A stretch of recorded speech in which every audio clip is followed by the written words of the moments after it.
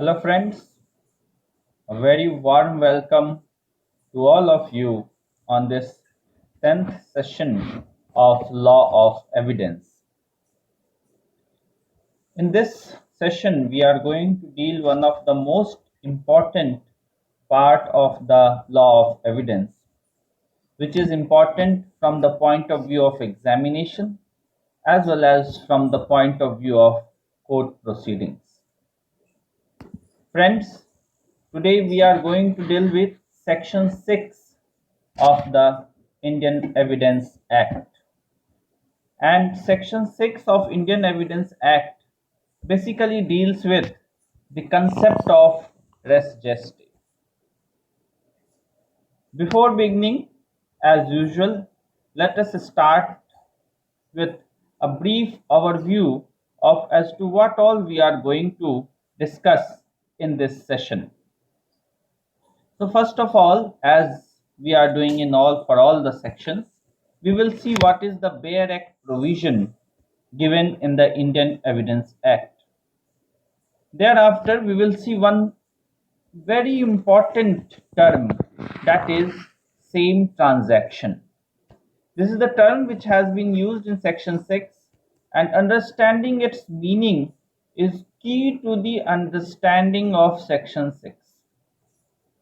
Then we will see the concept of res gestae. Many a times a standalone question can be asked on it, or a question can be asked like short notes on res gestae, or even sometimes a practical question can be asked on it. In prelims, one question that can be asked is like, which section of Indian Evidence Act deals with the concept of res gestae? So you should know section 6 of it. Then we will discuss the literal meaning of the word res gestae. That will be followed by the definition and description of it. Then we will see what is the CAP test in order to determine whether a particular piece of evidence forms a part of res gestae or not.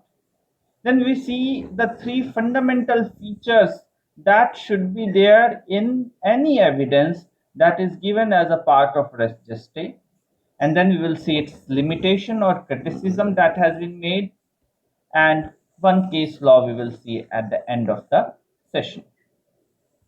So let us begin with it, and let us see what section 6 of Indian Evidence Act states. It's part of chapter 2. It states relevancy of facts forming part of same transactions. So as in chapter 2, we know what is given is that which facts are relevant, of relevancy of facts. So section 6 is the very first section which says that those things which are parts of same transaction, its relevancy is given under section 6. So it states facts which, though not in issue, are so connected with the facts in issue as to form part of same transaction are relevant, whether they occurred at the same time or place or at different time and places. So understand that, friends, facts, we have already discussed the meaning of word fact under section 3.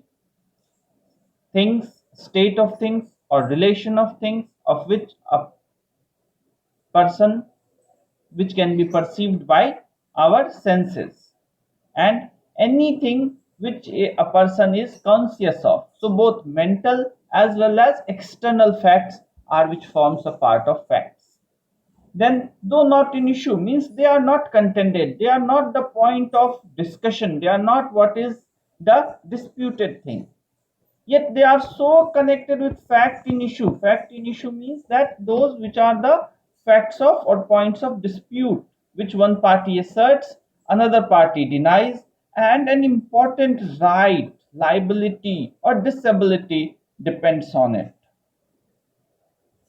As to form part of same transaction, we will discuss this word same transaction in the following lecture, are relevant Relevant, we have already seen what is meant by relevant. A fact is said to be relevant with another fact when they are connected as given under section 6 to 55. That is, they are logically connected and legally accepted. Whether they occurred at the same time and place, that is space and time, or at different time and place. So facts which themselves are not in issue, they are not facts in issue, yet they are so connected with it that they form part of same transaction, whether they occurred at the same time and place or at a different time and place. Then these facts will also be relevant. So this is what which section 6 says. Facts, though not in issue, but they are so connected with the facts in issue that they form part of same transaction. Whether they occur at the same time or place or at a different time or place, then they are relevant. Then we will see its illustration.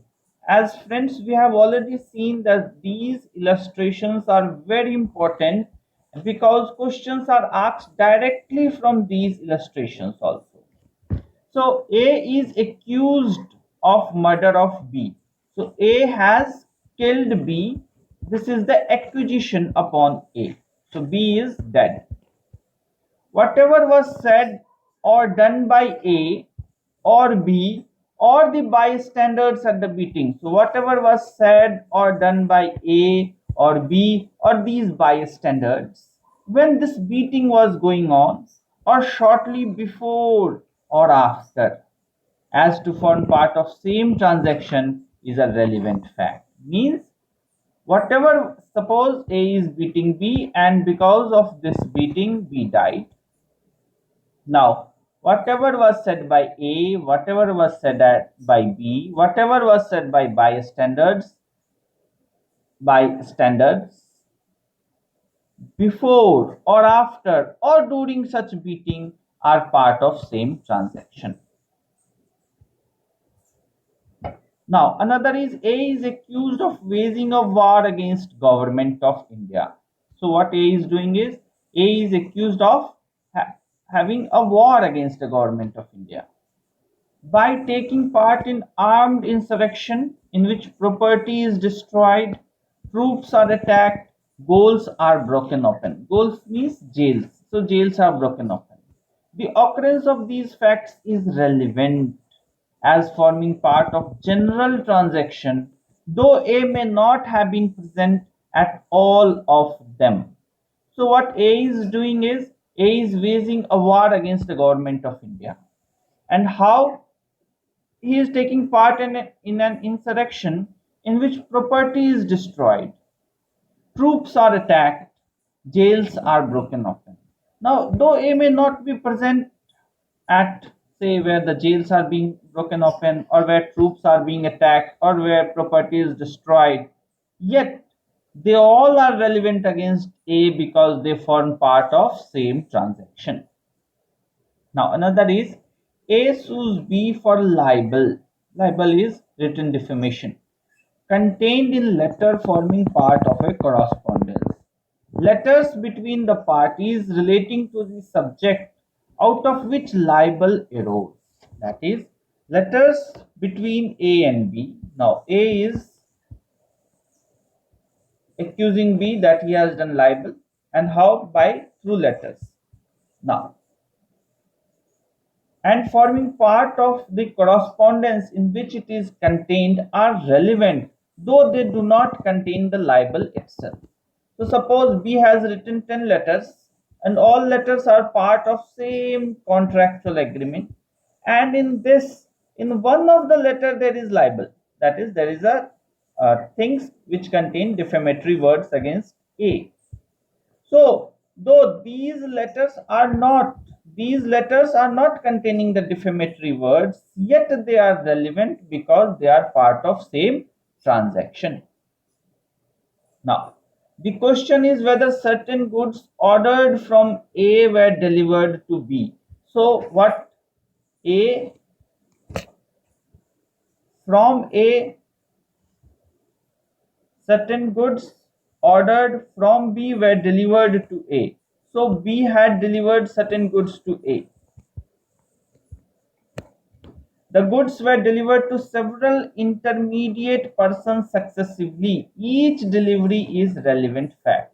So the question is whether B had delivered certain goods to A.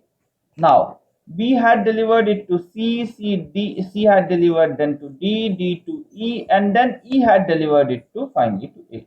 So all these deliveries which are intermediate are also relevant as such. So this is what is relevant. C of fact, where I will again say once more that section 6 simply states that a fact, though it is not fact in issue, but it is connected in such a way with the fact in issue as to form part of same transaction, whether they occurred at the same time or place or at a different time and a place, then these facts are relevant. And friends, it is these facts which are called res gestae. Now, let us see, as we saw that the term is same transaction, let us see what is meant by the word same transaction. Then friends, the word same transaction has been explained by Sir Stephens. He says, a group of acts so connected together as to be referred to by a single legal name. So there is not only one act, but series of acts done by A, and they are so much connected as to be given a single legal name, then they will form the same transaction. So for example, if A is going to beat B, then buying of the stick, then going to the house of B, then beating him, that all will be part of the same transaction because they can be given by single legal name as such. Now same has again been emphasized and say that for same there should be either community of purpose, continuity of action, or unity of space or proximity of time. That is, those acts which are so connected with each other as to be given single legal name, and they are either related by purpose, same purpose, or same continuity of action, or by the unity of space or proximity of time, then they are part of same transaction. Now we will discuss the word res gestae now. Res gestae literally means things done. It is a Latin word. Mind you friends, this question can be asked in prelims examination that the word res gestae has been derived from which language. So please remember it is a Latin word and its English translation means things said or done in course of transaction. So all those things which are done in course of a transaction are a part of res gestae. Now, if we are given to define res gestae in simple words, then it is said that res gestae means accompanying circumstances. So not the main thing, but the accompanying circumstances which are inseparable from the main fact and necessary to explain the nature of the main fact. So these are so connected that without it, the main fact will have got no meaning. Friends, nothing occurs in vacuum. Everything has a connected issue with it.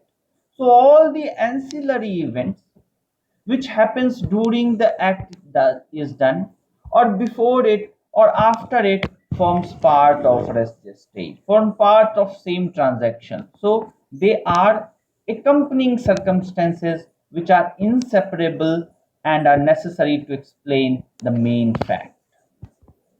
Now, whether a thing is a part of res gestae or not, how do we determine it?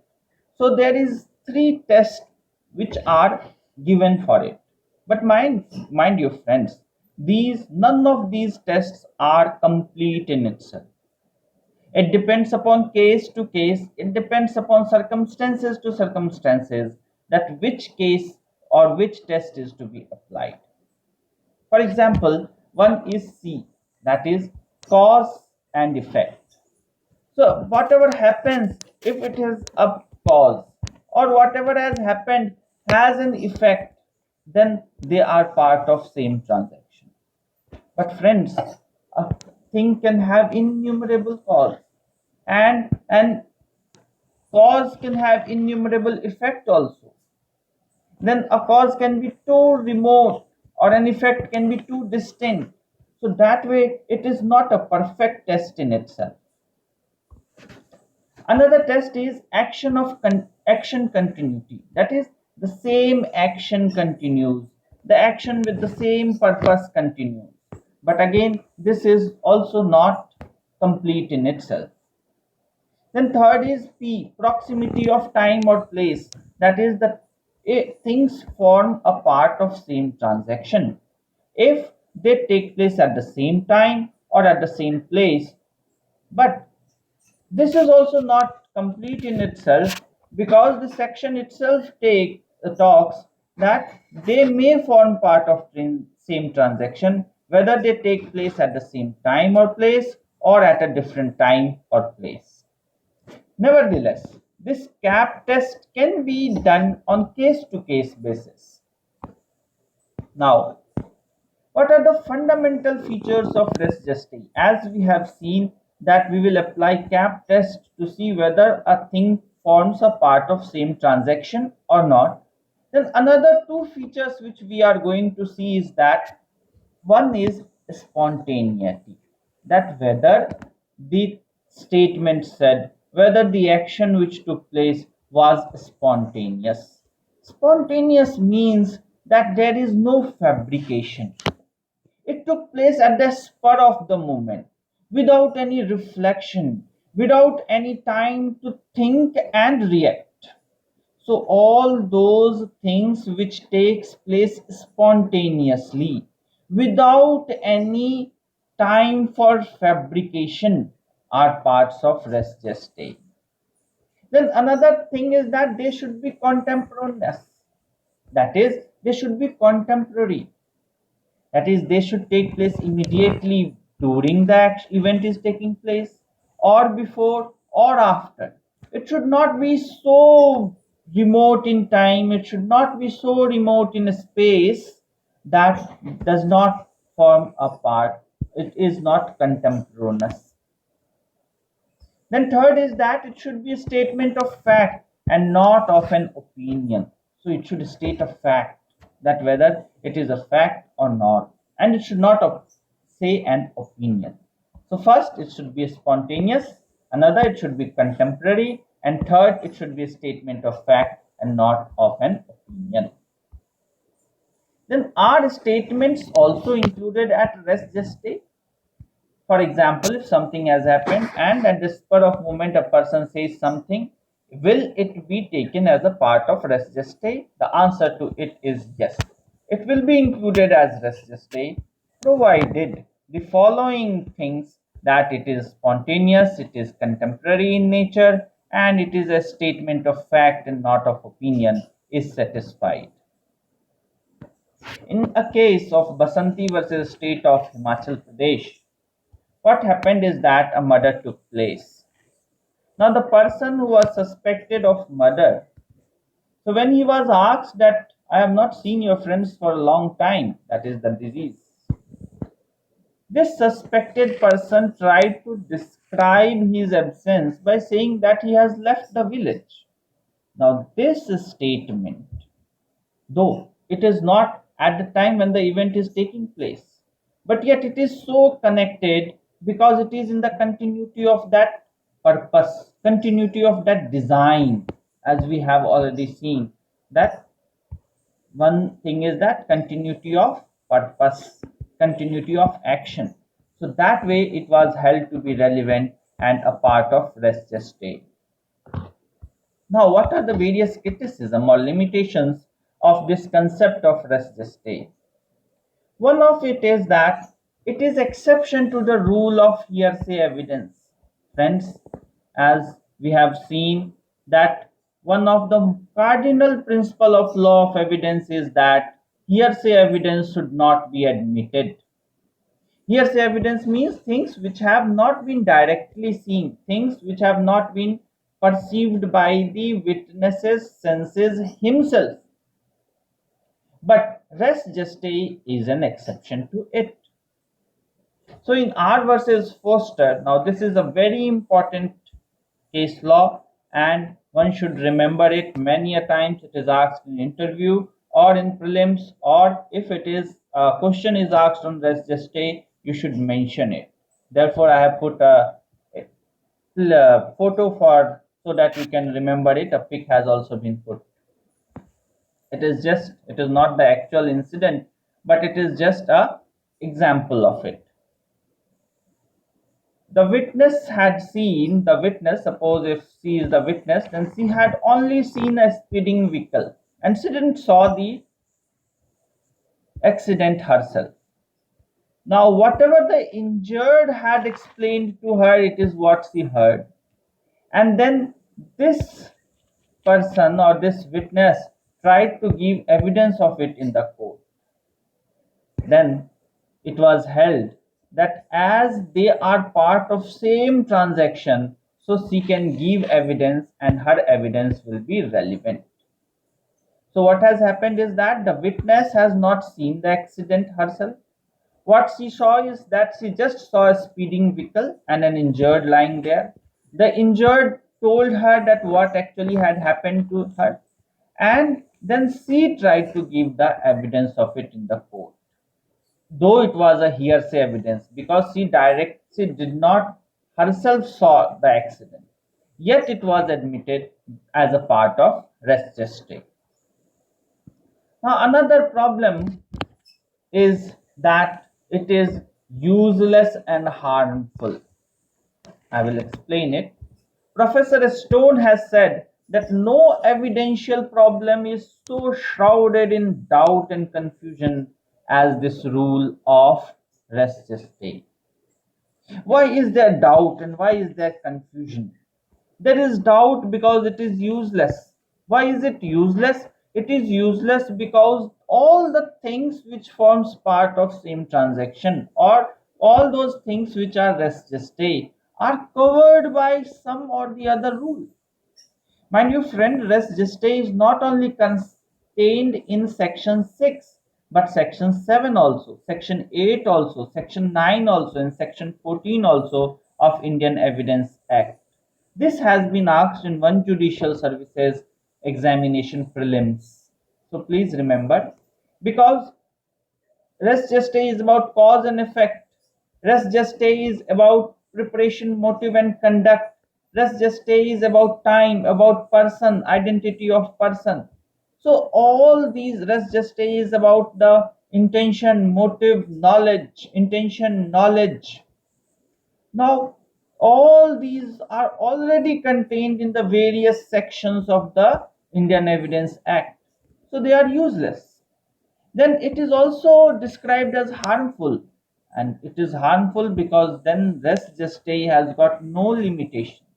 One can put anything and everything under the concept of res gestae. It is like the word etc. So whatever is left, we can say that it is in the etc. Now, Justice Blackstone had once mockingly said to an advocate, who this advocate was trying to introduce an irrelevant fact as a relevant evidence. So it was irrelevant, yet the advocate was trying to present it as a relevant one. So Justice Blackstone in a satire said that you can put it under res gestae because the phrase can take anything if the judge is so inclined. So it has got no limitation as to what will form a part of same transaction. Now, one case law we will see, which is Sukhar versus the state of Uttar Pradesh. Now, in this case, what happened is that there was a person who was shot dead by another. Now, while this shooting was taking place, sorry, was not shot dead, but a shooting took place in which a person shot at the another. Now, when this shooting took place, he screamed and a person came. Now, this person was told by this victim that so and so person has shot at him. Later on, he died because of some other cause, not because of the shooting. Now, the question was whether this witness can give the evidence of what was told by the victim to him. I will again explain it, that a person had shot at the victim. The victim ran for help and the witness came. The victim told the witness that so and so has shot at him. The person survived, but later on he died because of some other cause. Now, in the case which was put up under section 307 of IPC, the question was, can he give evidence of what was told by the victim to him? Because that way it is not allowed as a part of hearsay evidence. It is that the witness had not himself seen the accused shooting at the victim. The court ruled that as it forms the part of same transaction, as the statement which was made by the victim to the witness was contemporary, was spontaneous, was a statement of fact and not a statement of opinion, and therefore this witness can give that evidence as a part of res gestae. So this is what is the whole concept of res gestae, and I will once again take a recap of what all we studied in this session. First of all, we saw through that section 6 states relevancy of facts forming part of same transaction, that facts which though not in issue are so connected with the facts in issue as to form part of same transaction, whether they took place at same time or place or at a distant time of place, are relevant. Now, same transaction means, as per Sir Stephens, that they are so connected together as they can be given a single legal name. Same means that whether they are connected by time or space or action or purpose. Then we saw that the term res gestae has a Latin origin where it means things done. In English, it means things said or done in course of transaction. The definition is that it is any accompanying circumstances which is inseparable and necessary to explain the main fact. Then anything does not occur in vacuum. There is some ancillary event before it, during it, and after it. Now these all are the things which are part of same transaction, that is res gestae. Then there are three tests: cause and effect, or effect and cause test. Then action continuity, or continuity of action or purpose test, and proximity of time or place test, though none of them is complete and it depends upon case to case. Then fundamental features of res gestae is that it should be spontaneous, it should be contemporary in nature, and it should be a statement of fact and not of opinion. Statements are also included under res gestae. In Basanti versus state of Himachal Pradesh, where after a murder, the suspected person tried to explain the absence of disease by saying that he has left the village. This statement was held as part of same transaction and relevant. Then we saw its criticism, that it is an exception to rule of hearsay evidence. In R versus Foster, we saw that the witness had only seen the speeding vehicle and an injured person. It is the injured person who narrated the incident to the witness. The witness was allowed to give the evidence as a part of res gestae. Then Professor Stone has said that this concept is shrouded in doubt and confusion. It is useless because whatever is contained in res gestae is covered by some rule or the other. It is harmful because it has got no limitation, and Mr. Justice Blackstone has, in a satirical manner, said that anything can be included in this phrase of res gestae if the judge is so inclined. Then we saw in case of Sukhar versus State of UP, where a person was shot at and he screamed. A witness came. The victim gave a statement to the witness. Later on, the victim died because of some other cause. The statement of the witness was allowed, though it was hearsay, but as it was part of res gestae, it was allowed by the court. Thank you, friends.